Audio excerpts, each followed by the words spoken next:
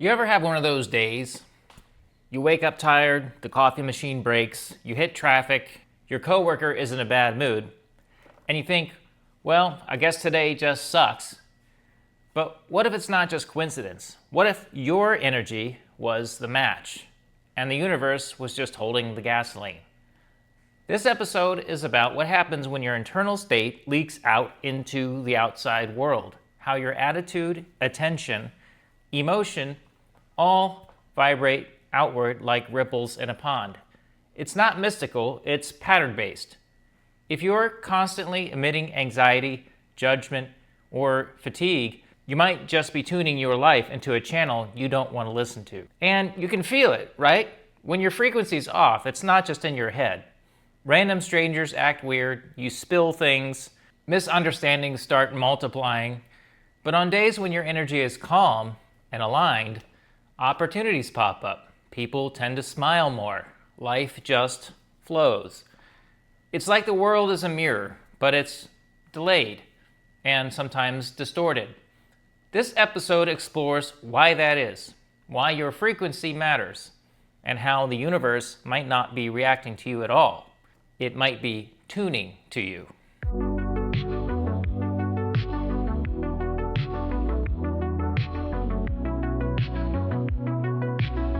Welcome back to Thinking and Being.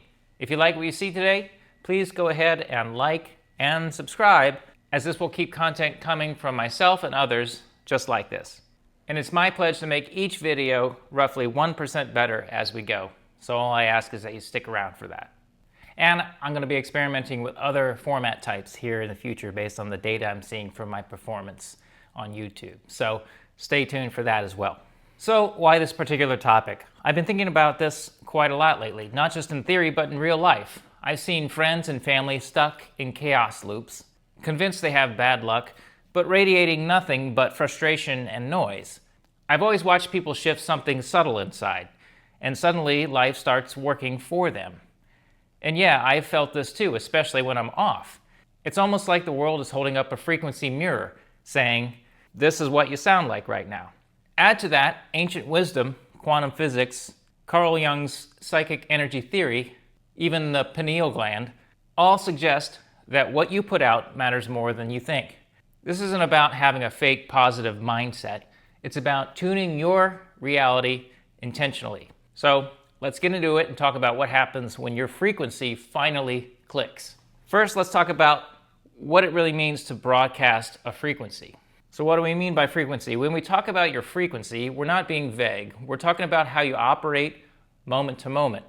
Frequency is your emotional broadcast signal to the world or the universe. A mix of mood, belief, tone, posture, and inner story. It's like a radio tower you're carrying with you, and the world can tune to you whether you're aware or not. High frequency doesn't mean hype or positivity. It means clarity, calm, and openness. Low frequency isn't sadness, it's friction, fear, and stress. And just like in a radio, what you tune to becomes what you hear. Next, let's talk about frequency versus energy. Here's a simple way to think about it. Energy is how much charge you have, your vitality, stamina, and output. Frequency is what the energy is doing, its tone, its rhythm, and resonance. Someone can have a lot of energy, high drive, loud presence, but still operate at a low frequency. Rage, chaos, desperation. Frequency is qualitative and energy is quantitative. Think of energy as your power supply. Frequency is the channel you're broadcasting on. When you learn to observe both, you stop leaking stress into the world and start shaping your path instead of stumbling through it. Carl Jung, a Swiss psychiatrist in the early 1900s, talked about psychic energy, the inner force that drives our behavior and attention.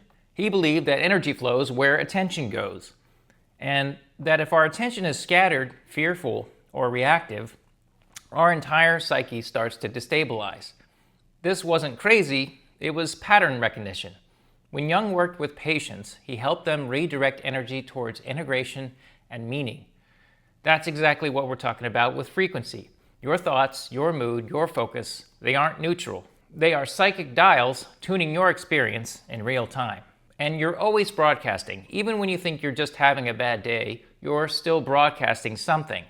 A sigh at the store, a complaint muttered on the phone, a sarcastic tone at work. All of it is frequency output. The problem is the world often echoes back, not instantly, but eventually. That awkward interaction leads to a delay. That frustration builds a loop. And you get potentially damaging confirmation bias, saying to yourself things like, see, life is stressful for me. But what if you could trace it back to your initial tone, your vibe, your signal? Wouldn't you start tuning more carefully? Let's also talk about physics. In quantum physics, the famous quantum eraser experiment showed that what could be known changes reality, even when you erase the observation.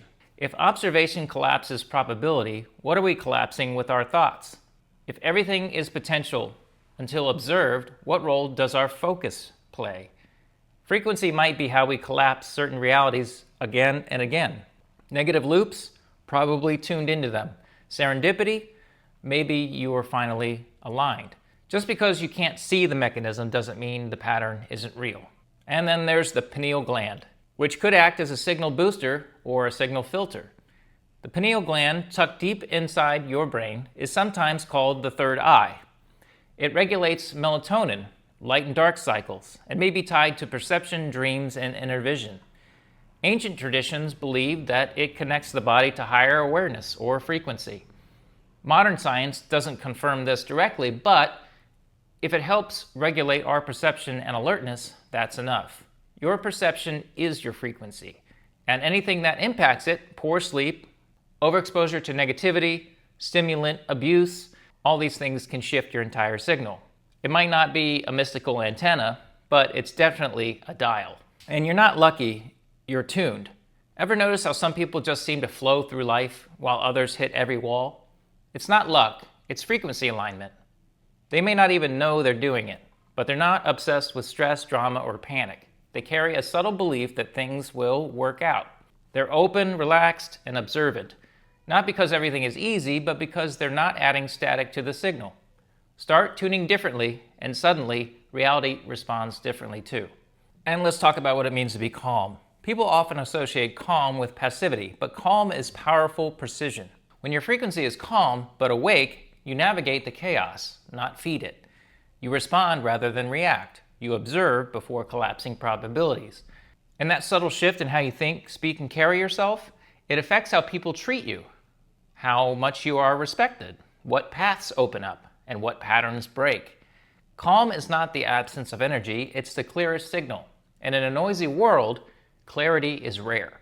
That's why it resonates. Next main idea, let's talk about what happens when you're off frequency, which we often are. Let's talk about the stress feedback loop.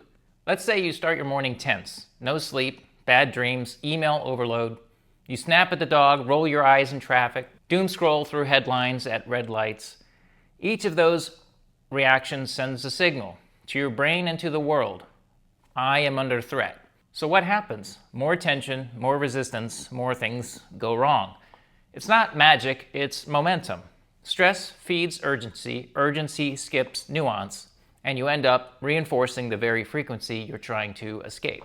So from a systems thinking standpoint, let's look at a real-world reinforcing loop. So we start with tension or negativity, which then causes negative interactions or outcomes, which leads to increased frustration and overthinking, which in turn reinforces hypervigilance and emotional fatigue, which in turn cycles back into a baseline stress state. This is a classic reinforcing loop. Unless you intentionally intervene, this loop just tightens and gets stronger.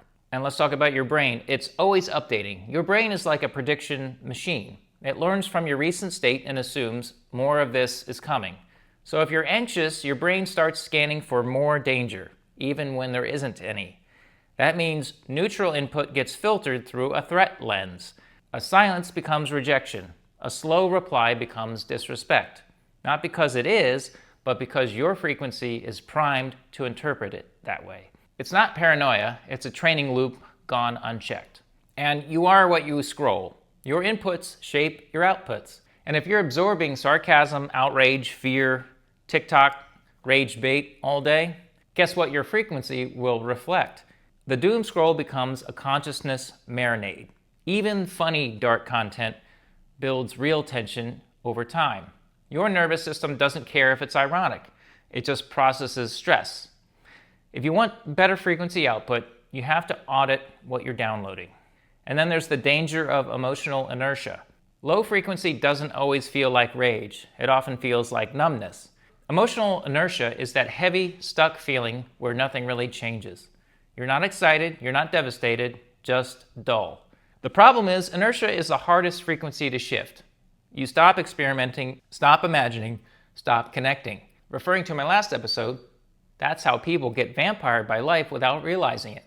They confuse survival for calm and start mistaking that for reality. And your frequency shapes your fate. Here's the hard truth. We often get the life that reflects our inner assumptions, not because of karma or punishment, but because frequency is selective attention.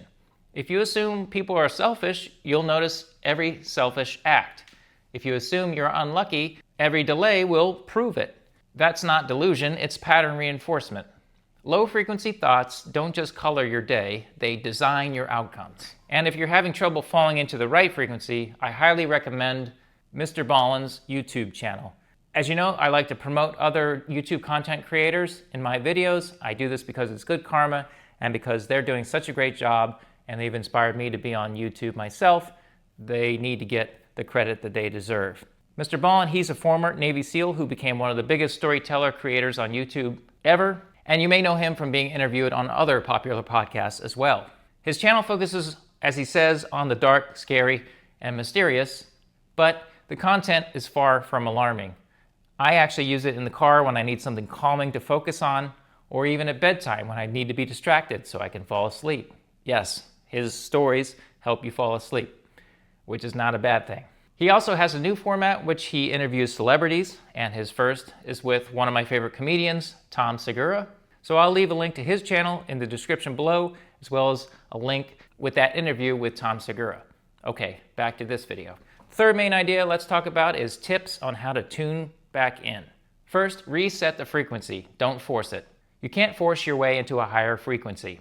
You have to tune into it. Like adjusting a radio, you start by clearing interference. Take a walk. Wash dishes in silence. Breathe like it matters. When you feel off, pause instead of pushing. Most people blast through with caffeine, noise, and productivity guilt. But higher frequency lives in the gap between thoughts. Honor that space. That's where your power starts to return. And frequency is feedback. Frequency is not a vibe you set once. It's a two-way channel. You put energy out into the world and it responds. Did that conversation leave you lighter or heavier? Did that news headline energize you or deflate you? These are signals. Your body knows the difference. If you slow down enough to listen, use this feedback to adjust course. That's real-time alignment. Next, choose loops that lift. We talked about the feedback loops that can trap you. Now flip it. Start small loops that build upward. Go for a walk. Feel better. Think clearer. Solve a problem. Or reach out to a friend. Get encouragement. Feel supported. Show up a little bit bolder. These positive loops aren't accidents. They're engineered choices. Build your system. Let it take over the heavy lifting. Low frequency spirals collapse when you're in motion on purpose. Next, curate your mind like a space. If your mind were a room, would you invite guests in? Or would it be cluttered, dusty, and playing old tapes on loop? Retuning starts with curation. That means pruning old narratives, updating your beliefs, which a lot of you are very resistant to do, and redecorating your self-talk. Don't just avoid negative thoughts, replace them with strong ones. Instead of "I'm bad at this," say "I'm still learning and I improve fast." Frequency rises when your inner world becomes a place worth inhabiting. Next, update your inputs. This one's tactical. What you consume affects what you emit. Swap endless scrolls for intentional follows. Trade morning headlines for morning silence. Create a high-frequency shelf in your life. Things like books, art, playlists, people. Curate your digital and physical environment like it's a temple, because it is. Every tiny exposure adds up. Raise your inputs and your outputs will follow. And rituals anchor frequency. Frequency isn't about feeling high vibe 24/7, that's a myth. It's about anchoring to habits that pull you back into alignment. Morning breathwork or movement, journaling what you're grateful for before the world grabs your mind. praying and meditating, or just staring at the sky or the vast ocean. You don't need incense and crystals, you just need repetition with intention. That's how a new baseline is built. Finally, align with the future you want. Don't just react to life. Resonate with the future you're building. Ask yourself, what kind of person does the life I want require me to be? Then start acting like them now, not someday. Energy and frequency aren't just passive emotions. They're declarations, invitations. The universe doesn't reward intention alone. It rewards congruence. So if you want calm, be calm. If you want more joy, act as if it's already here. Frequency is practice, not luck. Thanks for watching today. My 3 key takeaways are: you're always tuning. What you focus on today becomes your frequency tomorrow. Next, loops build reality. Your habits are your vibration. Repeat something often enough, and it echoes into your future. Finally, match what you want. If you want better outcomes, start broadcasting like they're already here. So, have you had days like that where you knew that how you felt was affecting what you received in return? What did I miss about this conversation? Comment below and tell us what you think.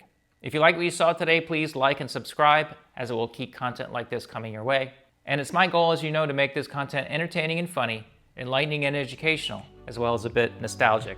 Stay tuned, as we will talk about topics ranging from consciousness to physics, philosophy and psychology, as well as the intersections in between that affect your thinking and being. But until then, keep thinking and being, and do not go gentle into that good night.